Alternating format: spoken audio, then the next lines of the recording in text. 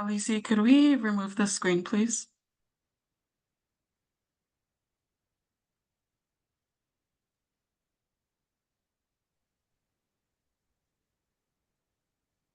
Okay, awesome. All right, let's go ahead and get started. Good evening, everyone. Thank you all so much for joining us today.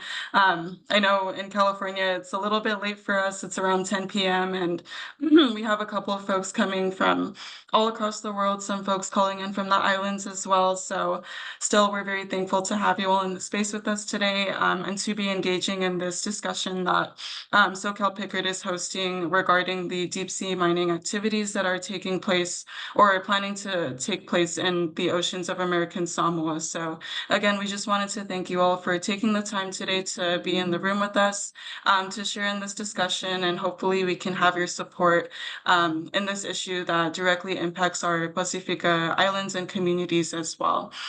So with that being said, my name is Melody. I work with the SoCal Pacific Islander Community Response Team, focusing on environmental justice in Southern California and in direct connection to our Pacific Islands. With that being said, I'm going to go ahead and pass it off to Ala Monipili, who is the current Executive Director of Lingafa, to moderate today's discussion for us. Tai lava Mel, talofa malu lava soi fo moa langi mātou sunga. Pa ia malu ue o lo whaafonga mai I lunga le nei o penga te whailangi. O au o alawia moni pili, o au fo prestene o mātou la potonga o le ngafa, o vea fo ia au e whai masui o mātou vaenga e taita ia nei tamnoanga e whaatatau, I awhianga o deep sea mining, po le sa ili I lalo tato Moana, ai mese le Moana ma le vasa o Amerika Samoa, o tato atu ni pele.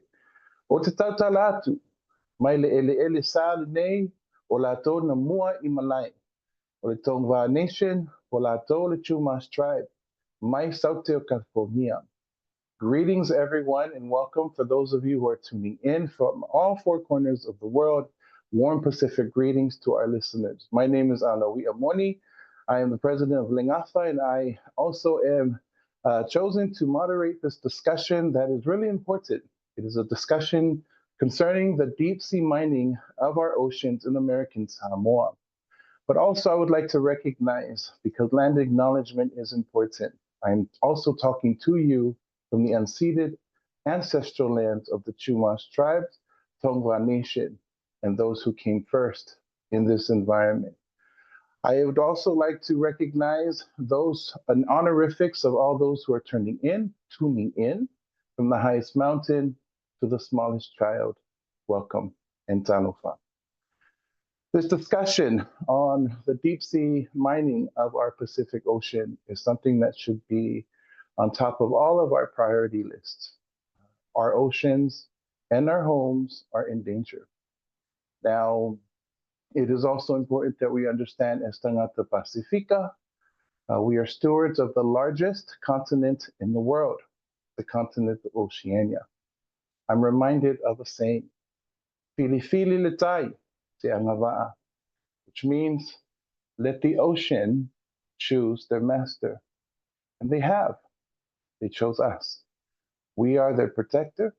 We are the stewards of Moana, and we are the stewards of our environment.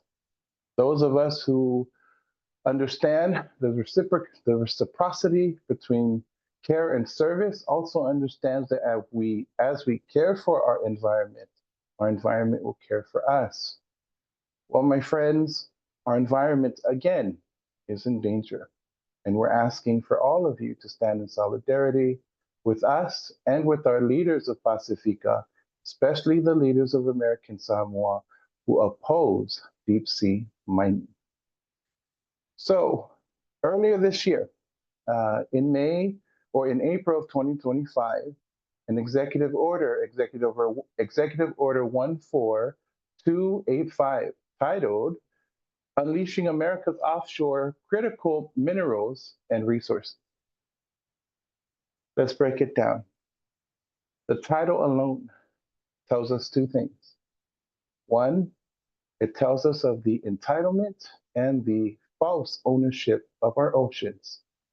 Two, with that false ownership and entitlement, It tells us that our government will give away our precious minerals and resources that belong to Pacifica to anyone they've seen and deemed fit.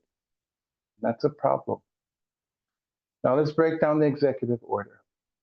The executive order authorizes the Department of Defense and the Department of Energy to go ahead and collect, survey, and inventory our precious minerals from the bottom of our Moana.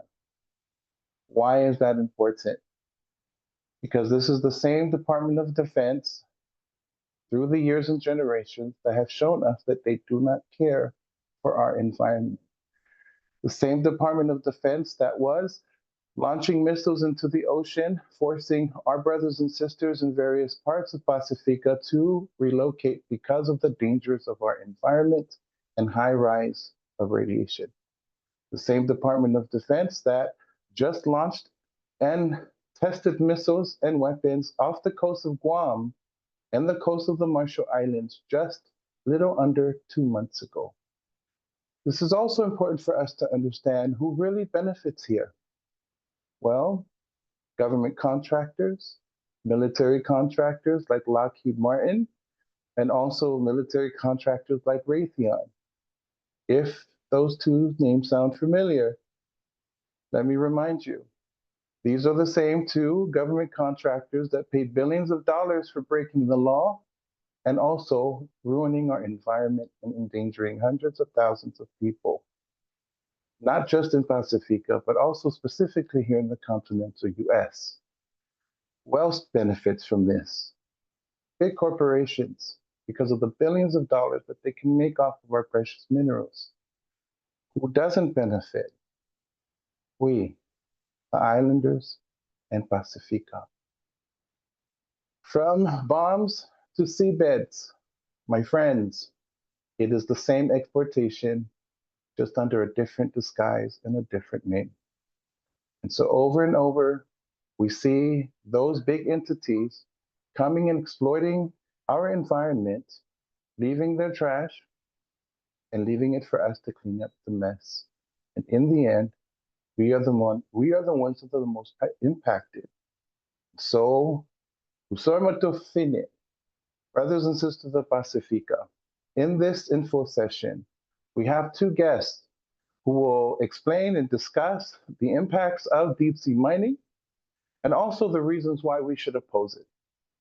But deeper than that, I remind all our listeners here that the ocean is life and it connects all of us. And no matter what must prioritize ourselves in this fight is that we must protect the only home we have left. Joining me today, we have a daughter who is of Cook Island and European ancestry and descent. She is an artist and a professor in her own right, the Honorable Melody Tarori.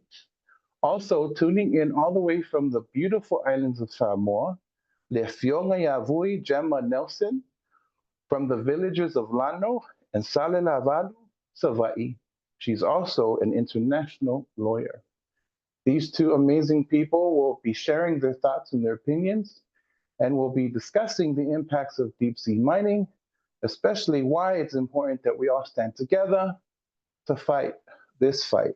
With that said, wala tuinatula avanoa na fionga vui, mole avanoa e faasomai foi se faamatalaga, awal ni vaenga o tatupolo kalama, olo avanoa ni. Vui, the floor is yours. Whaftai lava I lau whionga ala wia, stunga pestene o lengafa. I take also this opportunity to thank the organizers, Lengafa, as well as SoCal Precrit, for organizing this timely conversation and for inviting myself and others to share what little knowledge we may have in the hopes that it will help our community to respond to this crisis. I have a short presentation, So my job here is really just to give you the context in the international realm of deep seabed mining. Next slide. So the two legal regimes that govern deep seabed mining are firstly the UN Convention on the Law of the Sea that was agreed in 1982, but only entered into force in 1992, and what we call the Part 10 Agreement of 1994. So for those who are not fully across the international law space, it's important to understand that these two conventions are legally binding. The UN Convention on the Law of the Sea is also known as the Constitution of the Oceans. This is what governs all activities that happen in the marine space. So from shipping to fishing to marine scientific research, all of those activities are in some form touched on in the UN Convention on the Law of the Sea. The Part 10 Agreement of 1994 specifically talks about what we call the area. Famamole, next slide. So the area, sorry, if you can go to the next slide. Thank you. So the UN Convention on the Law of the Sea divides maritime space into these zones. For the purposes of a deep sea mining conversation, the only one we really need to think about is the high seas area, and specifically the seabed below the high seas. That seabed, the sand, the silt, and all of the ground beneath it is known in international law as the area. And that is what is governed by the Part 10 Agreement, which is specifically an agreement about deep seabed mining. When countries started to realize that there were nodules or minerals on the seabed floor, there was everyone was very quick to understand that if they don't regulate it, there will be a rush to mine. And of course, Alawia mentioned it before, the false understanding or the false belief of ownership over nature is what really drove the process for the Part 10 Agreement. Countries who were already in a position to start mining, like namely the States and the European Union, who already had the resources to go down into the deep sea and pick up the nodules, they wanted to hold everyone else back. So that is why we have the Part 10 Agreement, which creates a regime whereby nobody will mine until the International Seabed Authority authorizes it to happen. Sorry, Mel, if you can scroll to the previous slide. Thank you. So this is where we have the International Seabed Authority. This is the entity which governs the Part 10 Agreement. This is the body that is doing the studies and creating the regulations for deep seabed mining. It is similar to many other international bodies. There is representation from all countries. There are governing bodies as well as scientific bodies. And its main role is to authorize deep seabed mining in accordance with the best science available. So the big problem that we have now is that we have had the Part 10 Agreement since 1992, but there has been no deep seabed mining in the area because the science just hasn't caught up. What we mean by that is that we know that the deep seabed, it takes many, like hundreds of years to recover from even a single scratch.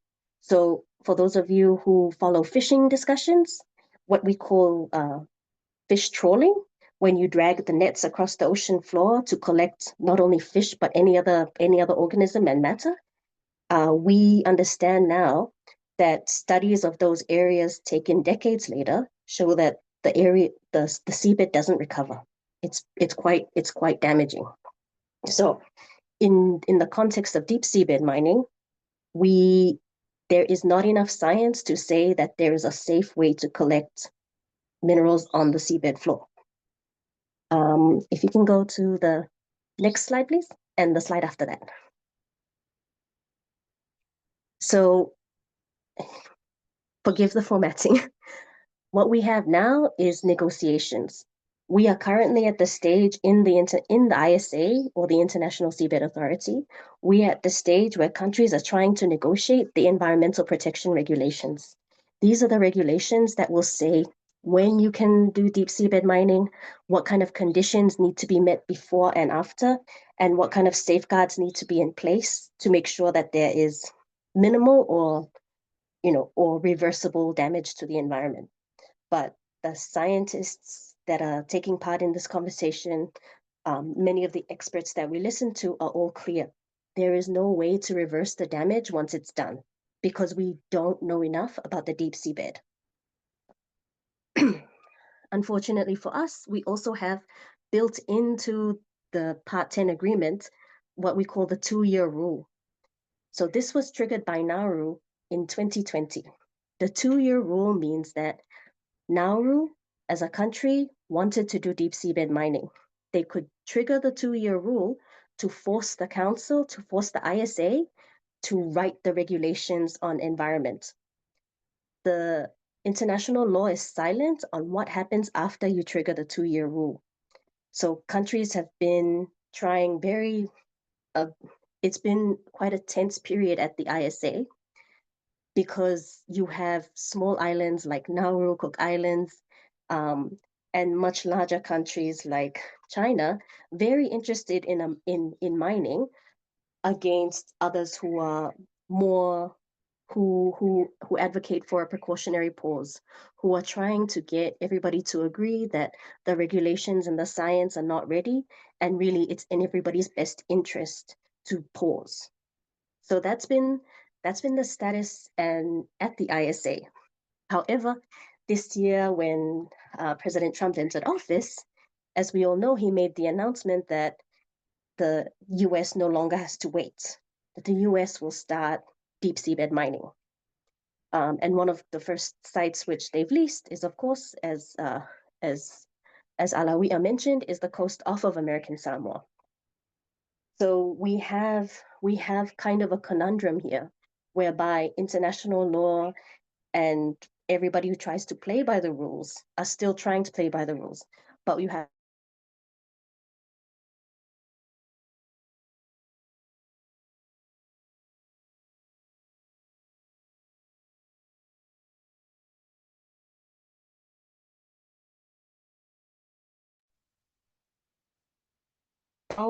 the Federated States of Micronesia.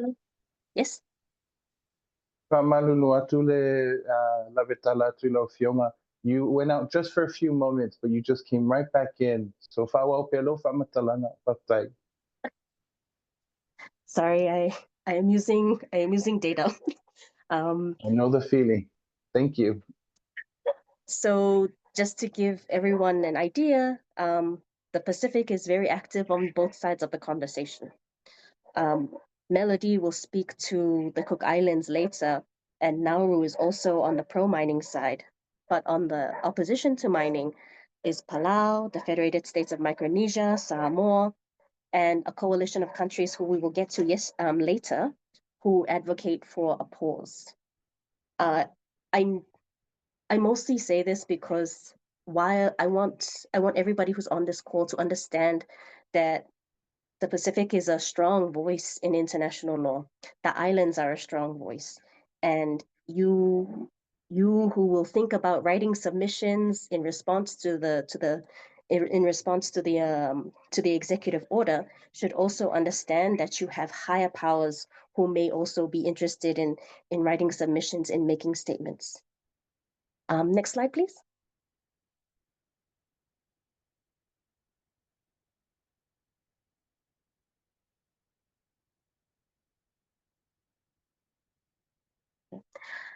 So I'm sorry that this is a very small image, but if you Google it, any of these can pop up. So I also thought it was important to have a visual of what deep seabed mining looks like. So for the deep sea, humans have not yet reached the technology where you can send a line or a hook down into the deep sea, pick up one thing and come back up. What we really need is, you see those little machines in yellow? Those are called remote operated vehicles. They may look small, but they are the size of, they could be anything from the size of a small car to a small house. You have to send those down. They have to roll over the ground, killing and crushing everything that it comes into contact with, and it just sucks up everything that's on the seafloor. All of that gets sucked up through a pipe, gets put into the ship that's at the top, and the ship will sort out what is a nodule, what is a mineral, and what is dirt. And then essentially it pumps all the dirt back down. So there are several major threats that are present in this situation. So firstly, it's of course the vehicles that are on the ground that are causing irreparable damage to the seafloor. It is the underwater noise, which is actually quite bad for our marine life. And then what we call the sediment plumes. So sediment plumes, they will sit kind of like at the mid-ocean area and they won't settle again. And we just don't know enough about how fish survive in that kind of thing. I mean, if the water was supposed to be dirty and if fish were supposed to survive in it, then it would be. But it's not, right? So these are questions and real concerns. And then also just to um, maybe to give a little bit more color to the whole thing is that you see those hydrothermal vents that are on the sea floor. They are also a source of a lot of marine life and like very rich minerals. So scientifically, we know that there's a lot of marine life that surrounds there, and all marine life is connected. So there's a question about how, like, what damage are we doing to marine ecosystems that will affect the rest of the food chain?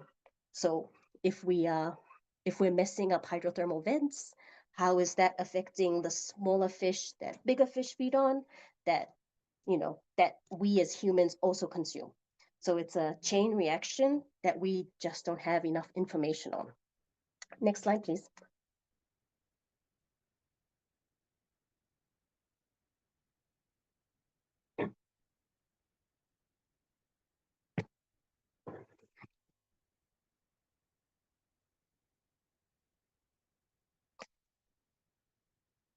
Okay. I believe that my internet is maybe running out. My internet might be running out, but just to end off with maybe a positive note, there is a coalition of countries who oppose deep seabed mining. There are 37 countries so far, and the whole list is there. And of course, Alice and SoCal Pickret has the slides and they can share with all of you. I'm so sorry I've taken up so much time, but I hope that was helpful. Thank you. Thank you so much for joining us despite the limited circumstances and resources that you have. Totally understand about being on Wi-Fi and data back home in Samoa. But while I still have you, if you don't mind me asking you a couple of questions from my first question is, you talked about the plumes. If they are uprooted from the seabed floor, they do not settle again. Is it possible that these plumes can find their way to our island shores where people swim and fish and live? So I don't want to conjecture on the science. I am a legal person by background, but we can draw analogies from what we already see. So there's a thing called sargassum. It's a type of seaweed. Maybe some of us have seen it in our own islands. It's the really thick brown seaweed that sometimes washes onto land. Yeah. So that phenomenon is actually getting very, very, very bad in the Caribbean. It's actually even caused death. But it starts from somewhere out in sea and washes onto land. It blocks pipes. It chokes the marine life. It also chokes the beaches. So we can see that if there is something like that that's happening, there is a chance that it could come to shore. But again, the science is not 100% on that, which is one of the many reasons why we ask for it to be paused until the science gets to the right stage. You know, that same phenomenon actually was witnessed during the tsunami of 2009. And so that's definitely a thing. My second question from Mole, you talked about a lot of the automated mechanisms that go into deep sea mining. One of the benefits that was being touted around is that this would expand the job market for American Samoa. But it seems like most of the jobs that are concerning deep sea mining are done by robots and machines. So what are your thoughts on that? I mean, it's an extremely technical market. For those who've seen, maybe you recall the submarine vessel that exploded a couple of years ago, Titan, the one that the billionaire went on. Yes. If you have time, please go watch that documentary. It's on Netflix. It's called Titan. Like all of the regulations that go into manning what we call remote operated vehicles, so ROVs, it's expensive and it's highly technical. These people train for years. So unless there's been a college in American Samoa that's been training um, ROV technicians for a couple of years, I don't see that I don't see that that's a real thing. The other thing that I will say is that a lot of it's like manifest destiny, right? The colonizers came and said it was their right to go and conquer all of these things. We are seeing a similar ideology in science and research, where it's science and exploration for science and exploration's sake, with no benefit to people, and it's not people centered. It doesn't center the benefits to humankind and to indigenous peoples. So I would urge all of you to always question in your mind when you hear those things like this science will be good for us, or this science or these jobs will be good for us, because yes, I don't see where the jobs are for us and if they're going to be good jobs. Tailava, Lausiongavui, and while your data's still working, I know I'm live, but I have one more legal question while we still have you. In your legal purview and expertise, despite the executive order, do you have any knowledge of the possibility of American Samoa as a local government, despite there not being a member of the Pacific Island Forum? Would they be legally able to still challenge the federal government even if this goes through? So it's interesting that you say that, because American Samoa is an associate member of the forum. All Pacific Island territories, including French Polynesia, Wallis and Futuna, and New Caledonia, are associate members. So they do have some standing. A legal challenge, a domestic legal challenge from subnational government to the federal or national government, I think is likely, but it's a big question of, do you have time and resources? Does your local government have time and resources? You know, we have just finished the proceedings, the advisory opinion from the International Court of Justice proceedings, where several very large law firms were desperate to offer their pro bono services to small island countries because they wanted to be involved in these big name cases, right? So is there space there? Is there some kind of advocacy that could be built with law firms to push this and on behalf of the American Samoan subnational government? So I I am not an expert in American law, and it's very different from all other countries. So I don't want to give false hope, but I do know that there are law firms who are very interested in environmental cases specifically. And so I think that that may be something that they can look into. Thank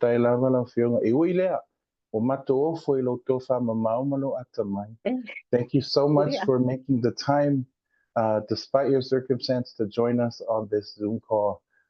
You gave some very valuable information for us to think about, and thank you for the work that you do to stand up to protect our resources and our home back in Pacifica of Tailava. Sorry. Now we've just heard from Afionga Vui Gemma Nelson, all the way from the island of Samoa. Despite the data limitations, I would say that we were still able to hear really practically everything she wanted us to hear. But due to time and restraints to that data, she had to cut her presentation short.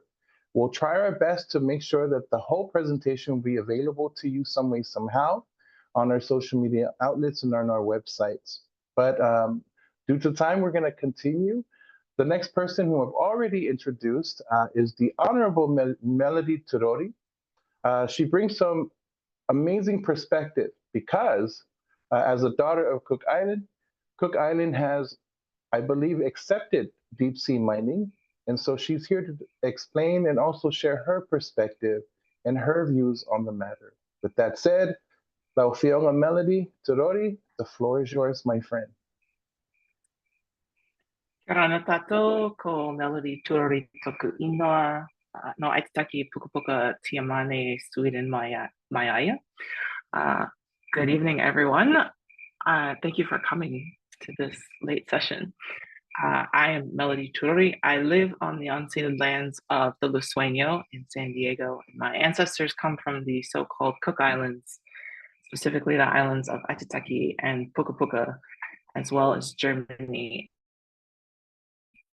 and in Sweden. I'm an artist and educator, and I'm a PhD student at NAITS and Indigenous Learning, and I so appreciate and make Tucky to Gemma for that really wonderful presentation. I am not a deep sea mining expert and sometimes wonder quite how I got here tonight, but I wanted to come and share. So I'm grateful to be able to talk a little bit about deep sea mining in my ancestral waters. And so I'm just here to share a little bit of that story. The Cook Islands, according to one mining company, the Cook Islands and our exclusive economic zone, or the EEZ, has the largest or one of the largest known collections of these little nodules that are purported to be so valuable to so many people. And the area that Impossible Metals wants to mine on the outer continental shelf of American Samoa does share a border with the Cook Islands EEZ. So that's my interest, I guess. 3 years ago, the Cook Islands government awarded 3 mining companies with 5-year exploration contracts to do the scientific research within the EEZ and to conduct some environmental assessments. And I think we're heading into year 3 into year 4 of those 5 years. And the Cook Islands government has been clear that they do want to mine. In fact, one of the 3 mining companies that has one of these exploratory permits is actually a joint venture between the government and a subsidiary of a legacy mining company in Belgium. So last fall, the government started to hold consultation meetings with Cook Islanders to talk about seabed mining, to talk about commercial mining. More Cook Islanders live off of the islands than live on the islands. So most of us live in Aotearoa in Australia. So some of these meetings have been held in these 2 diaspora locations, and now they're holding meetings in the Pa'enoa or our outer islands. It's difficult to get a read on how those meetings are going, being so far away. And I will say that living this far away from the ancestral islands, living in a place where there are really very few Cook Islanders kind of puts me in a minority, and there's not been an opportunity to weigh in on what is happening in our waters. So I feel that it's important for me as a Cook Islander to stand in solidarity with my relatives in American Samoa. And this is how I help my ancestral waters, by supporting the opposition of mining in your water. This year in February, the government signed a memorandum of understanding with China on exploration and development of seabed mining. There's agreement for things like the capacity building, the technology, and the logistics. And I think we all know that China has the money and resources to support the actual execution of the mining, which Gemma had kind of referenced in her presentation as well. So the government's position in the Cook Islands is that deep sea mining is good for our scientific development, but especially they believe it is good for economic development. And the idea is that Cook Islanders are going to benefit financially from commercial seabed mining. And if you read some of the articles, some people believe that Cook Islanders could become quite wealthy and that it benefits our sovereignty. And one of the ways that these mining companies, or those who have ownership stakes in these mining companies, have been trying to build goodwill among Cook Islanders is by financially supporting things like the arts and cultural programs, which are things that our community really values. And this is a pattern when we look at development that has happened in other countries and other parts of the world and other parts of the Pacific. It doesn't even always have to be about mining. We have outsiders who come in who see something in our environment that they want to extract, that they see as valuable, and they make lofty promises, and they fund things like cultural programs and arts and health initiatives. And they seem to be warm and friendly and like they care about our community. And then the long-term outcomes, well, it's always the indigenous peoples who suffer the most negative outcomes when it comes to extractive resources or extracting resources from our environment. So when I think about seabed mining and the progress that the Cook Islands is making towards maybe becoming one of the first places in the world to mine the ocean, and now this rush by the US government to open the waters of American Samoa, I find myself with questions. Chief of which is, when has any kind of extractive mining benefited Pacifica peoples or any other indigenous peoples? I'm thinking specifically of the phosphate mining that has devastated the islands of Banaba, of Nauru, the deep sea mining project in Papua New Guinea that was attempted and failed. Again, mining has this history of promising this lasting economic wealth, and it leaves behind environmental devastation that lasts for generations. Always promises that never quite pan out. And this is because the cycles of exploitation can only ever create solutions that involve more exploitation. Because part of the billing for deep sea mining for a long time has been that we need these minerals so that we can lean more into green technologies like electric vehicles. And now they're starting to shift that narrative and say, well, actually we need these minerals because we need to have more national security and we need to build weapons and defense mechanisms that involve these minerals. Again, cycles of exploitation can only ever create more exploitation. So my question is, how will we build cycles of care and cycles of reciprocity instead? I also just want to throw this out there. There was an article that was published yesterday that identified 3 more mining companies that are in discussion with the US government about seabed mining. And 2 of those 3 companies are already invested in seabed mining in the Cook Islands. So everything is always connected, especially when it comes to our Moana. The ocean is alive. It is an interconnected part of creation. As Pacifica, we have a responsibility to practice care and to act for the well-being of the waters wherever we may be living now. And the ocean lives beyond the systems and structures that we humans have created. The off-continental shelf, the EEZ, the Clarion Clipper Zone, these are all marine borders and they're all man-made. So we're the only ones who recognize these boundaries, and we can choose not to. The tides, the fish, all of the creatures in the sea, including all of the ones that we don't know about on the seafloor, that live in the seabed, the birds that fly over the waters, none of these living beings know about our borders. So the leaders of American Samoa are saying no to deep sea mining, and we, as the Pacifica diasporas of the North American continent, we must stand in solidarity and support with our relatives in opposing the exploitation of our ocean mother. Akawaiwola.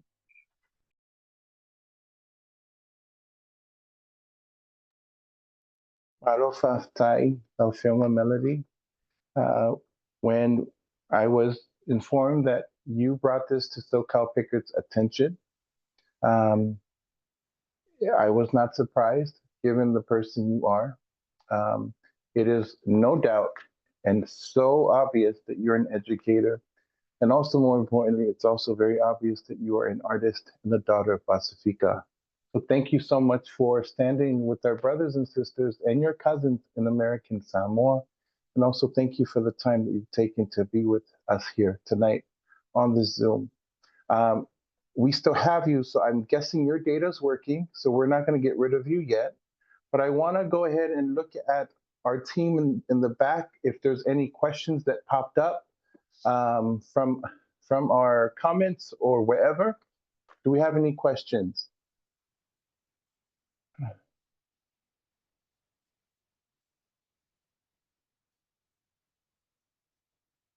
Southern Cal, so we do not. Okay. So there is a question that popped up externally.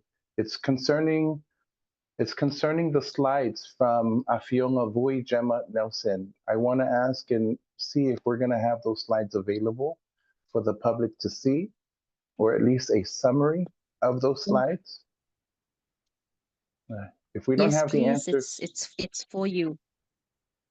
thank you, Afionga. So we heard it from Vui herself. Her slides will be available for the public, and we will make them accessible to everyone on our social media platforms, as well as our websites. It'll be part of our toolkits.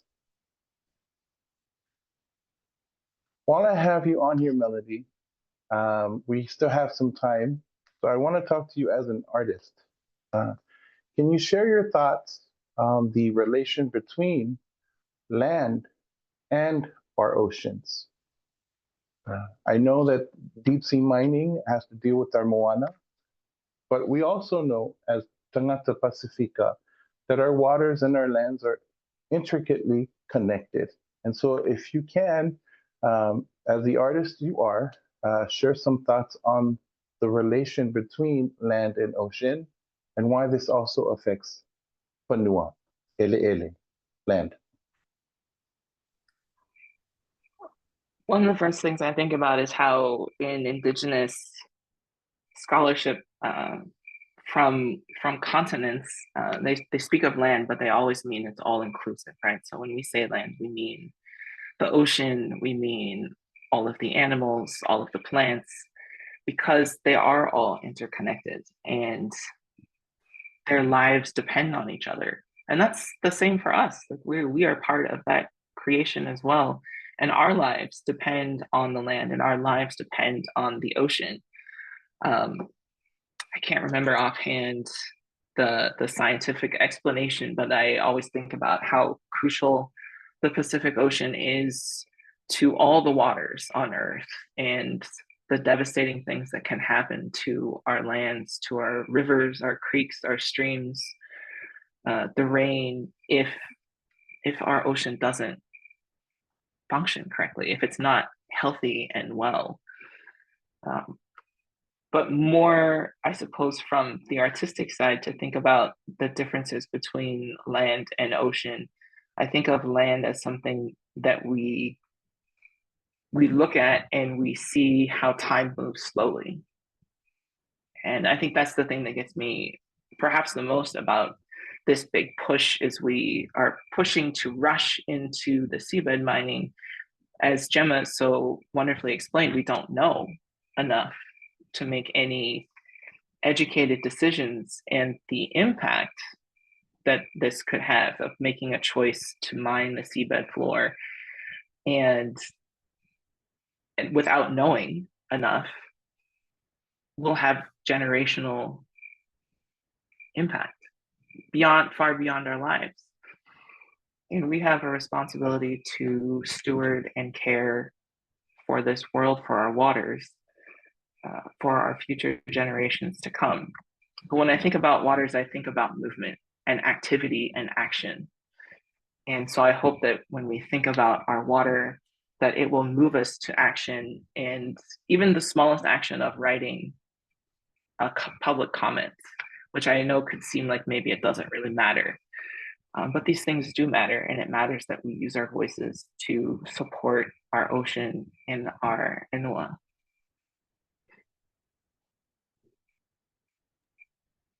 Lava. Thank you so much, Melody. Although we may not have questions in the comments, But we still encourage all of you to still ask us questions even beyond this Zoom.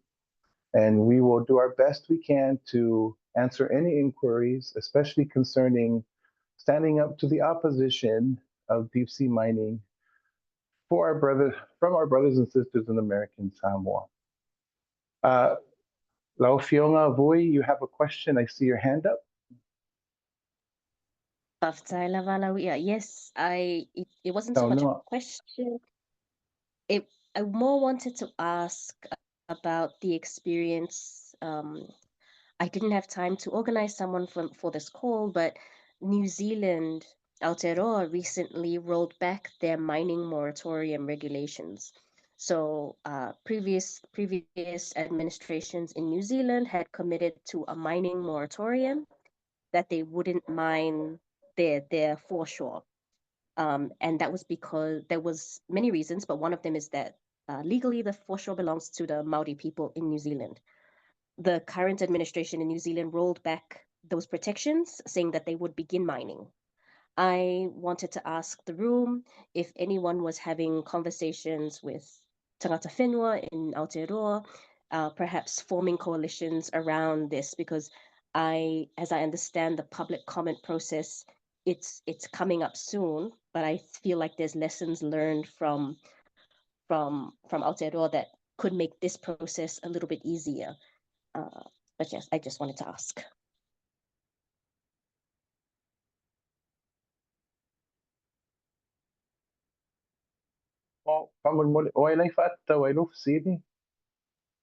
Just to the general room. Oh, yeah. That's all, Uma. That was to anyone.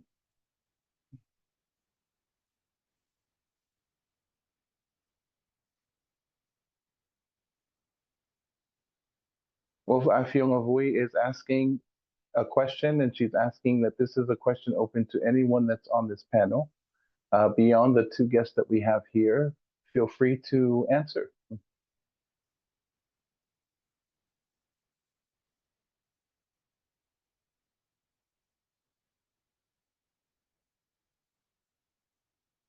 Deeper special learning now.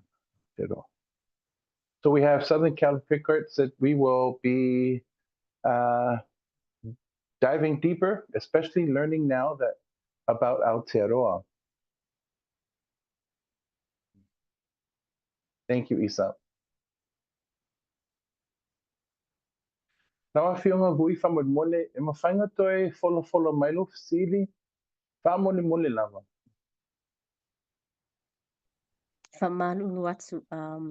So really, I'm just speaking to the aspect of community building. Oi, I see that Suruafi has her hand up. Maybe she has an answer for us. Ladies and gentlemen, we are joined by Pacific Climate Warrior, who has been championing this for so many years, and she's leading the fight all over the globe, from Samoa to the UN and to the four corners of the world. It is my absolute honor to go ahead and open the floor to Laofionga Suluafi Brianna Fruin. Laofionga Oluavanoli. Oh, thank you so much. I'm here as a learner. I've just been learning so much from Melody and from Gemma, but I thought I would pop in on this question in particular, Gems, because I was a part of a small group of volunteers who were doing work around the banning of deep sea mining, and it was based here in New Zealand, and it was actually young Pacifica people.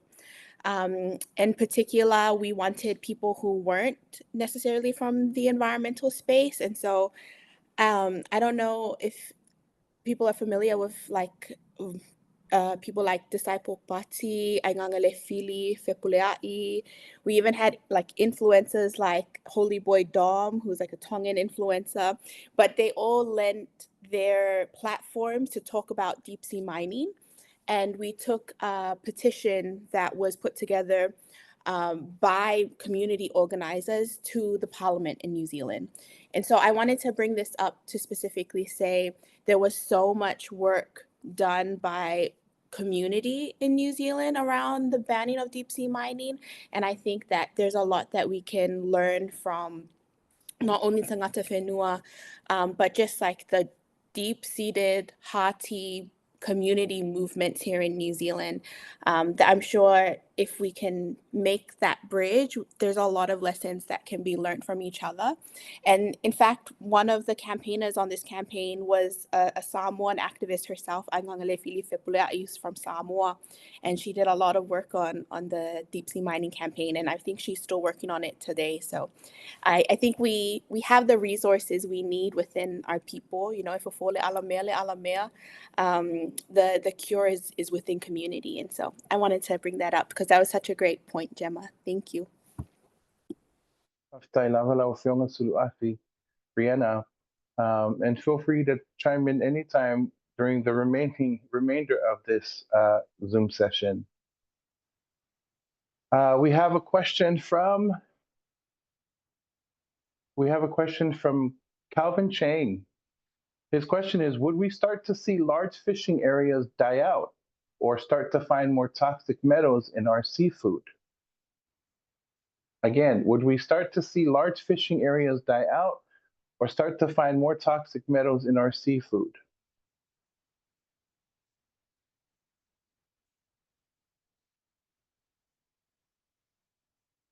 Yeah, no, Fiona Vui. Thank you so much for the question, Calvin. So fisheries are an important part of Pacific Island economies. That's our major natural resource that we have. They are under threat from more than just this.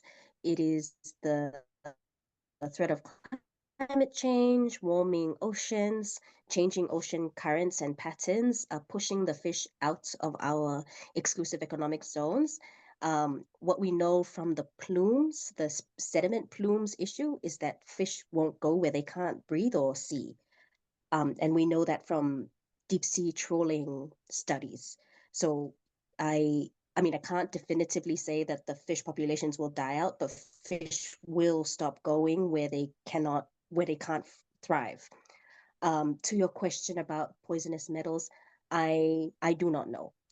What we really know right now in relation to fish is chemical ingestion, especially around like the North Pacific area, where the nuclear treated waters from Japan are being dumped. We know that fish there are consuming more chemicals and they are becoming different. We know that microplastics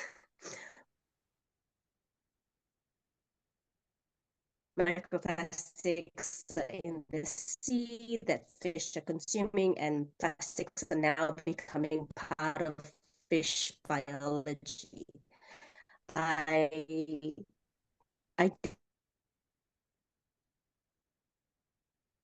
don't know of anything specific to metals, but I just thought that might be relevant. Thank you. And thank you, Calvin, for the question. I have JP, another leader in the community and artist in his own right. He has his hand up. JP, do you have a question or a comment?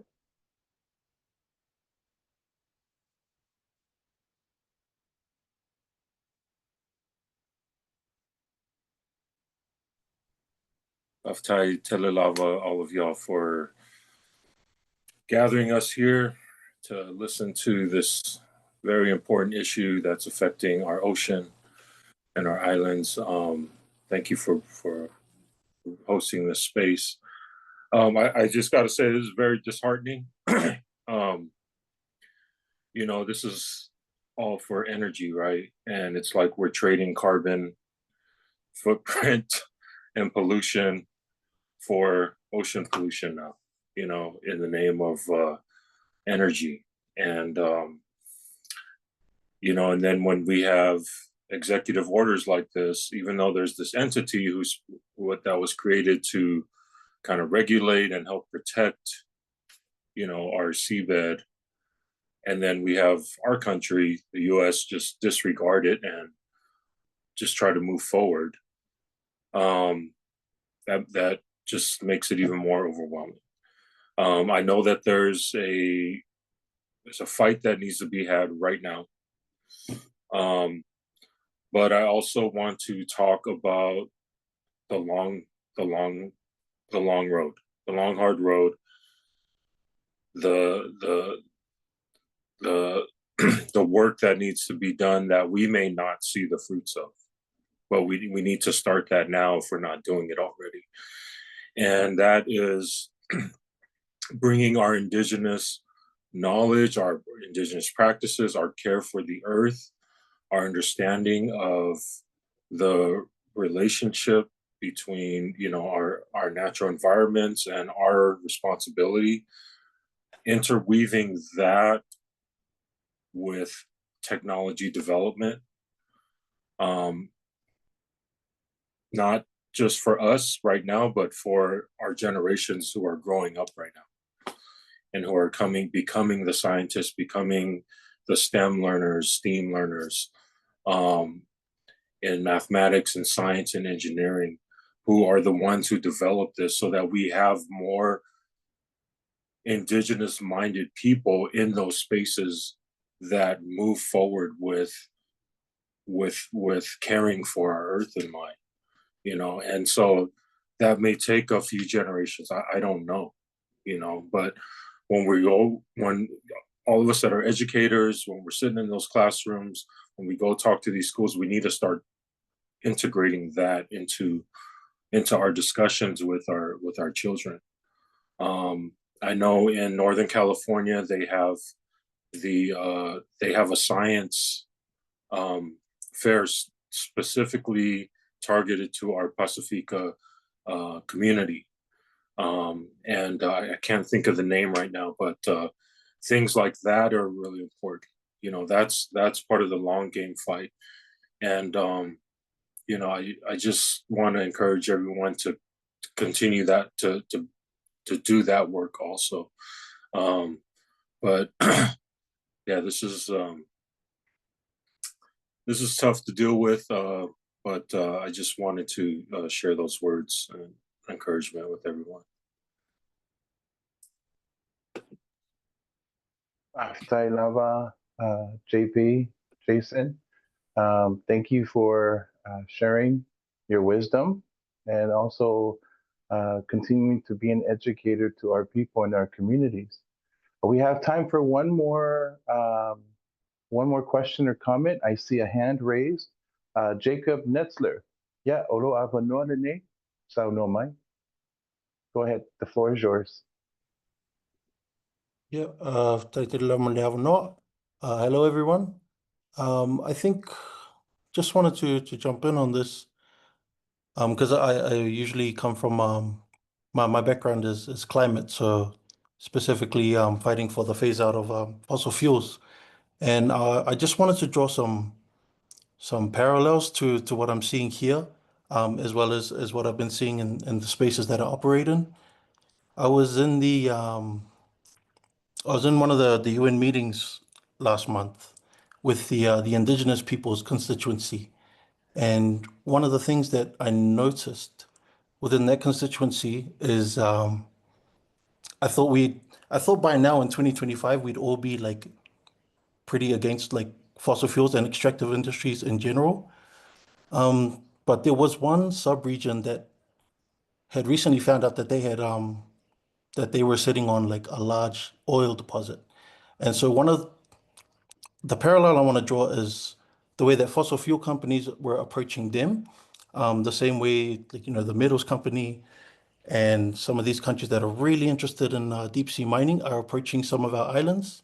And that's pushing on, it's not so much, you know, you can get so much money out of this, but it's also like the language that they want to use around this.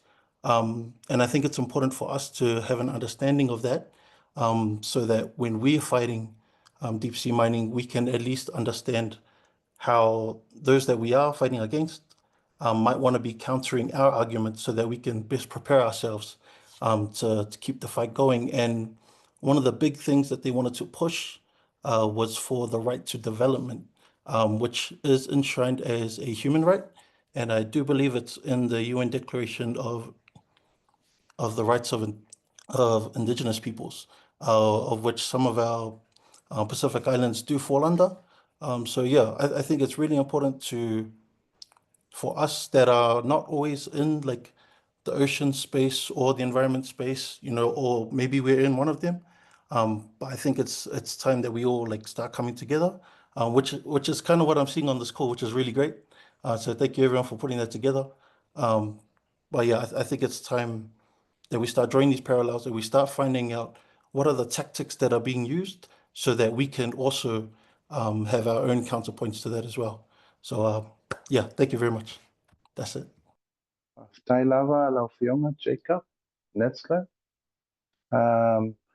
You remind me when I was in college, one of my professors was telling me years ago, he's like, this global competition over oil causes war. And these wars, we've seen the impacts of wars over oil. But it's interesting because he said this, years from now, we're going to see global competition over waters. And we're going to no longer we're going to no longer war over oil, but we're going to war over oceans and water. And here we see that same global competition between superpowers of the world at the expense of us, the local people of Pacifica, who are in the middle and who are most impacted. Well, thank you again, Netzler, for being on the call and sharing your perspective, and thanks for continuing the fight. And absolutely, I echo what Brother Netzler said. Whether it's oil, whether it's water, whether it's whatever resources, we all should join the fight. It is the same fight, and the same people are negatively impacted. So because of time, I would like to go ahead and give us a close. I was supposed to ask questions at the end. I tried to ask our panelists questions in the middle, and thankfully you had questions at the end, everyone else who are on this call. But in closing, I just want to call to action. When Melody Todori, daughter of Cook Islands, came to bring this attention to SoCal Pickard, to stand with her cousins in American Samoa. And as I see Sulu'afi, who stands with her brothers and sisters all throughout Pacifica, I'm reminded of growing up and seeing one of our leaders, the late Faleoma Vaenga Enihanke, was a sitting U.S. member of Congress representing American Samoa. In 1995, he found out that the French government was testing nuclear weapons near Mururoa in French Polynesia. So he went himself with other local Pacifica leaders to protest those test bombings. And as a result, they arrested him. And after that, they deported him back to his motherland. That was a son of Samoa standing up for our cousins in French Polynesia. You have a daughter of Samoa standing up for other parts of Pacifica, battling climate change and the impacts to our people. You have a daughter of Cook Island coming to stand with their brothers and sisters and our cousins in American Samoa. This is not a fight for Samoa. It's not a fight just for American Samoa. This is the fight for Pacifica. And as a collective, we are the largest continent in the world. I'm also reminded of my grandfather. When we went fishing, growing up in Samoa, a lot of fishing is done at night. And when an old man took me out to the ocean, he told me this every time, because it could be dangerous. Fishing at night, he would be, son, pipi'i mai kia. Pipi'i mai kia. A ese at, te wo o se tūranga le te tau. In English, that means, in these waters, stick to me and you will be safe. But if we stray from each other, danger will come. Brothers and sisters of Pacifica, from the motherlands, even in the diaspora, we need you to stick with us so that we can be safe, because danger is lingering in the offshores of our Moana. We're calling all of us to action. Just like Melody said, even the smallest thing like signing or commenting in public comment on the federal website, which will be provided to you all in our toolkit, please make a comment opposing the deep sea mining off of American Samoa shores. As of 6 p.m. California time, only 270 people commented. 270 comments. This is a fight for Pacifica. Please, we ask all of you, brothers and sisters and cousins, throughout all Pacifica and Oceania, to please stand with us and make your voices known and stand in solidarity to protect our Moana. Our Moana is a living being. Our Moana is a living life form. And so please, let us protect the resources. E fili fili le tai se angava. Let the ocean choose its captain and its master, and it already has. It chose us, Tangata Pacifica, as stewards of the Moana to protect everything that is within. And so please let us be good stewards and let us voice our opposition to deep sea mining. We thank you, Melody. We thank you, Afio Mavui, for presenting such an amazing case of why we should oppose deep sea mining. We thank you for being on this info session on Zoom, and all those who also participated.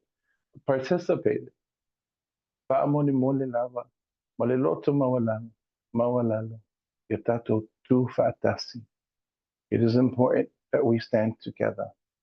And so with that said, please find more information and everything that was discussed on the Zoom in our toolkits that will be made available to all of you.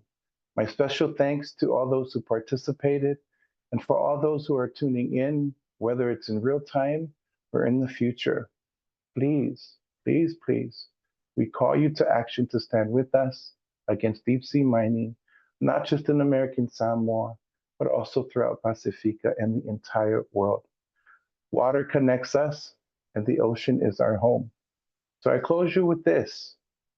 Afai wasasi fosse mantalanga posivaengo nei polokalama ya malu ave fale. Poto tautai selang atu yama. Afai ise vaenga ile atotoa ya tuule atua fa atotoaina. So I close with a quote from my auntie who found out about deep sea mining in our shores and in our waters. She said, "What fia poto? Tu lato fiau ni mea." Translated in English, it basically means this, y'all. She was telling them, don't be an ass and stay the hell out of our waters. We're not going to sell it for 30 pieces of silver and little trinkets, that shiny things that you wave in front of our faces. The Moana is our home. We are its steward, period. So ifua maia manuia. Be safe, everyone. Take care.